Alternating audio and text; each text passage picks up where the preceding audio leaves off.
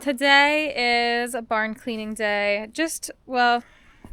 Kidding stall cleaning day for DC because she is doing 3 days, and I like to make sure we have nice, clean, fresh bedding down right before they kid because I want things to be as sterile as they can be. Of course, it's goat births on a farm. It's not going to be 100% sterile, but I do try to get it as clean as possible to reduce the risk of anything.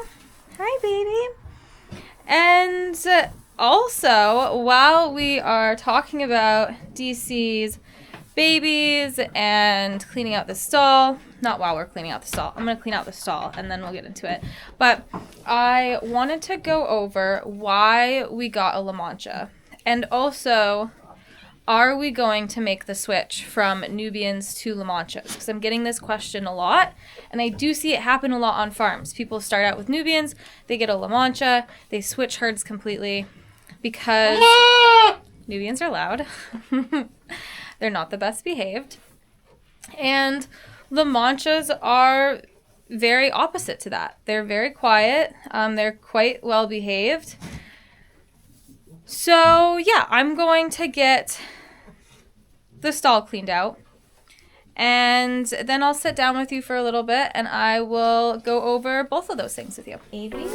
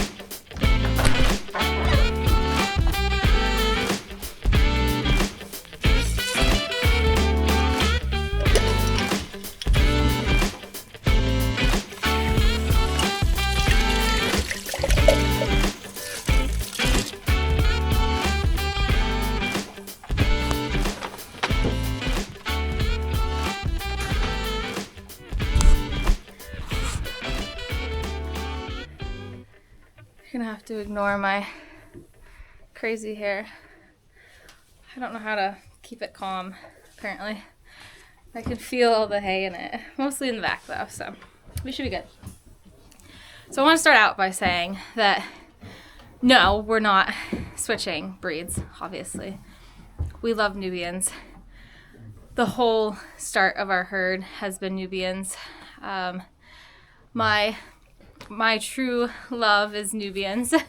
I do have a video on why we got into Nubians. I'll link that somewhere that you can go back and watch if you want. I touch on alpha S1 casein as well, which I will mention while I'm talking about why we got into Lamanchas. If that video, I haven't watched it in forever. I made it when I first started out, so if it's not very good, comment on it and let me know and I'll remake one with some reasons why we got into Nubians. I love the Nubians. I like how needy they are. I like to feel like I am loved and needed all the time. I think that it's possible that maybe DC isn't as easygoing as most Lamanchas, and that might be why she's been passed around a little bit from home to home. Is that true? I think it might be. The reason we got into Lamanchas is because I was reading up on Nubians when we got into showing, which we got into last spring. So it's almost been a year since we decided to get into showing goats. One of the biggest things that I noticed in most of our Nubians once we started freshening, and in a lot of others that I was trying to purchase goats from in the beginning when I wasn't looking at some of the bigger breeders, is I noticed a lot of, but specifically in our herd, I noticed a lot of low udders. So from the space between the vulva and the top of the udder was a lot. There's a lot of space there. You want a really high attached udder. So the closer that udder is to the vulva, the better. And I was reading a thread on one of the Facebook groups that I follow, and somebody had mentioned that rear udder height is something that Nubians do seem to lack in. Not saying that there isn't some Nubians out there with some really impressive rear udder height, because there absolutely is. I've seen plenty of them. But I guess it is something that people seem to see consistently Nubians lacking in, more so than other breeds. And while I was reading through the comments, I read a comment from somebody saying that, on the other hand, Lamanchas have like these really amazingly high udders most of the time. So I got really into looking into Lamancha udder pictures, and they were all so nice.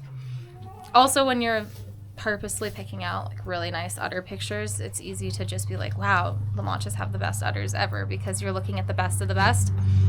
But it got me really, really hooked on Lamanchas. So I was like, all right, these guys have super nice udders. They've got really flat, wide backs pretty consistently in most of the people that I see that breed them. And then we went to a couple of shows and I saw them there and I was like, these goats are just so nice. We talked to Nicole at Rustic Woods about her Lamanchas a couple of times. I think every single show I tried to strike up a conversation with her because I really wanted a Lamancha. And she had told us about how she had started with Nubians. She does not have Nubians. She'd never get Nubians again. She ended up getting into Lamanchas because she had kids that were showing, and they're really easygoing. They're easy to show. They're easy to work with. Where the Nubians, if you've watched any of our show videos, I do have a playlist for those if you'd like to watch them. You'll notice that, not so much with our girls in milk, but our dry yearlings, like they're tugging on us and they don't want to listen and they're screaming, and even when we're doing some of the things like just everyday stuff, they're just problematic sometimes. They're also very, very noisy. I cannot deny that Nubians are an extremely loud breed that are constantly screaming. I like it. I don't mind. It doesn't bother me. It doesn't bother Greg. He loves the Nubians too. He'll never get out of them. But these Lamanchas they're not like that. They don't scream. She moans every once in a while, and I think she's in labor, and that's, I guess, just the sound that she makes when she wants to make noise. And it's not very often. The other reason that we decided to get into Lamanchas was if we added a second breed, which I wanted to do because I wanted to be able to show more so we're not sitting around during the show so much. I want to make sure that we had something that was going to produce really good tasting milk and give me high cheese yields similar to the Nubians, because that's another big reason we got into them. Nubians are typically very high alpha S1 casein producers, which, watch that video if you haven't already. It kind of explains that a little bit more. It is one of the 4 proteins that's found in milk. It typically gives you higher cheese yields. It makes milk a little bit sweeter, things like that. Things that we want on the farm here. So they've got the high alpha S1 casein typically. We are working on testing all of our herd to make sure that is correct here.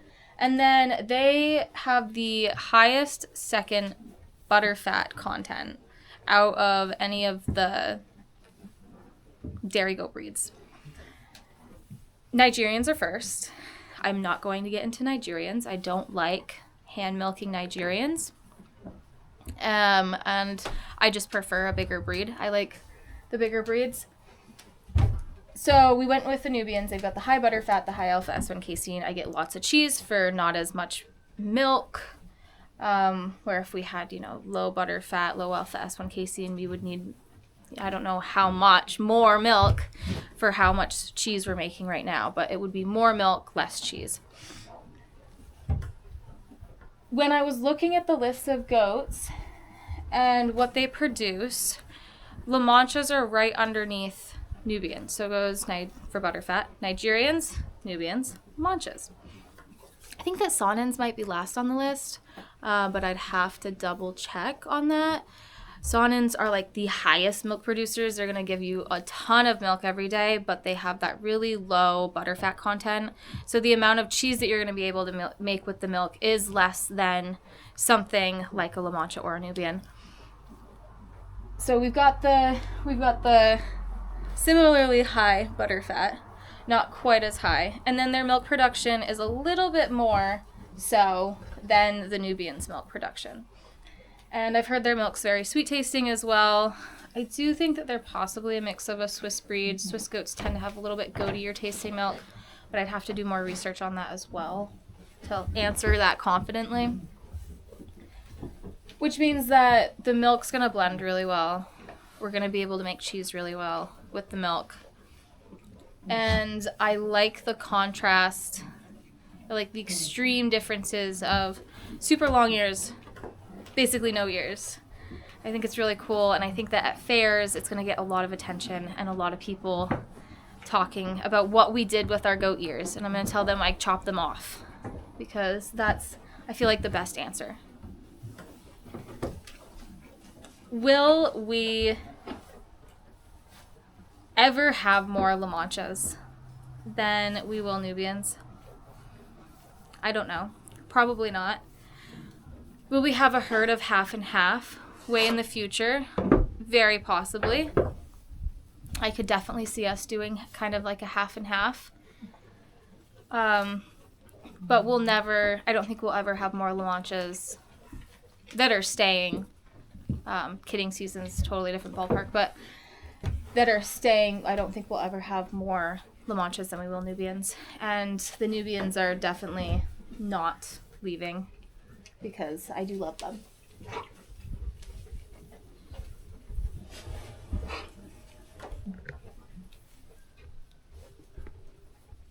For those that do have Lamanchas, I know that Sage and Stone Homestead usually watches this. She has a bunch of Lamanchas.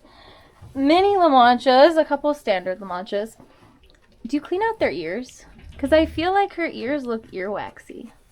And I've read people before mentioning that they do. But I don't understand how you'd ever do it, because she's quite spicy.